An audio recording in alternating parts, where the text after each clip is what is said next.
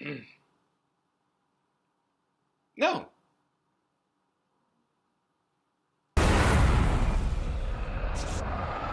No. Have you seen the new Supernatural episode? If not, then maybe you shouldn't be here. This is a very spoiler heavy. This is the season finale after all. If you have seen it or you just don't give a damn about spoilers, then welcome! Welcome to my video! Today we have Alpha and Omega. This was a hell of an episode. I'll start with a summary. God is apparently a bug in the windshield now because of what Amara did to him in the last episode. Which I will say, I liked the way Rob is acting. I actually really believe this guy's dying. Then later on the episode, he sounds like he's fine, but they're saying he's dying. I think you were convincing before. Stay like that. Make me think you're constantly dying. Don't make me think like, oh, I had a boo-boo, I'm better now. Lucifer is gone? No indication where he could possibly have gone. Apparently he's not dead. I mean, I guess that's one answer. I mean, I hope he's not dead. But Cass is back. Yay, for not that long, actually. In fact, by the end of the episode, he is, like, gone. This, I think her name is Tori? Just, like, comes to the bunker and blasts him away. That's kind of amazing how the season did Cass. I'm not saying I necessarily have that big of a problem with it, but I know some other people do. So that's why I'm mentioning it.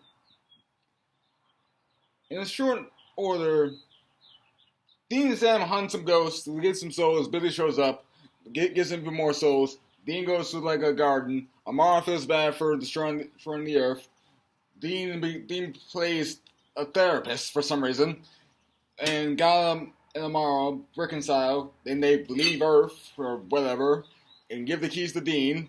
Dean goes back to some field, and Mary is alive.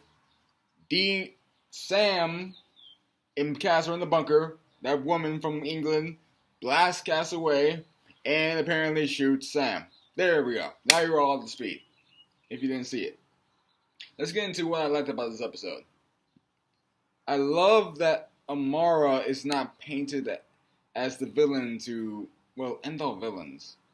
Like, she's more like a balance to God, and that's what I like. I mean, there can be no light without darkness, there can be no darkness without light, as the thing goes.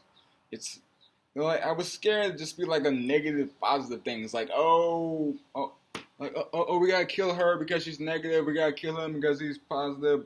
It's just a generic thing that's, honestly, I've seen so many goddamn times that it's actually kind of starting to annoy me.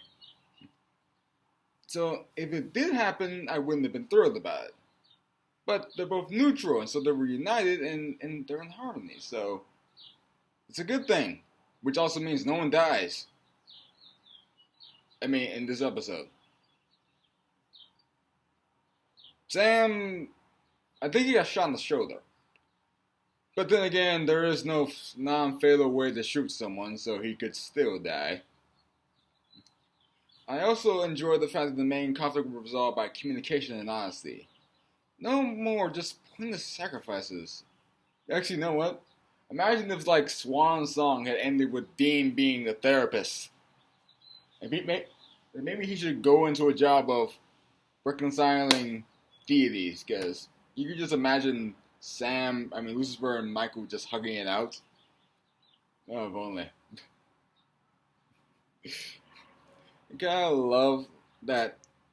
Well, actually, the second part actually goes back into the announcement of season 11 where the writer said that they were going to go back to the first two seasons of Supernatural.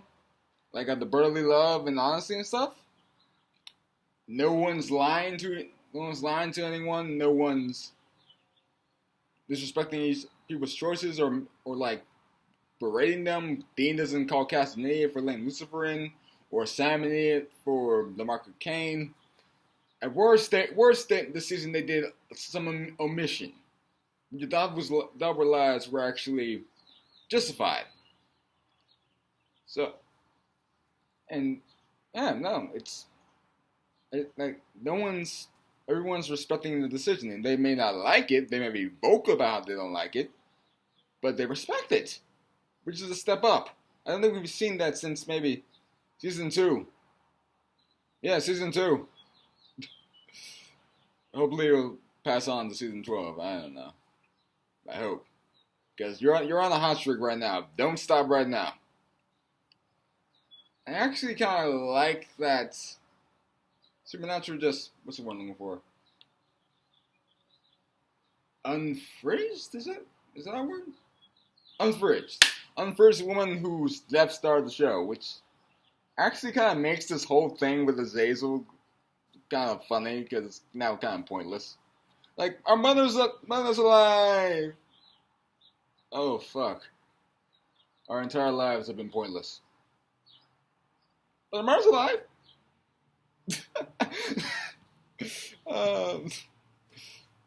Another thing I like is, well, the women. Because women do not last long on this show. Let's see here, there's Charlie. And a bunch of other women. I don't need... Charlie's been the only evidence I need. We all know that.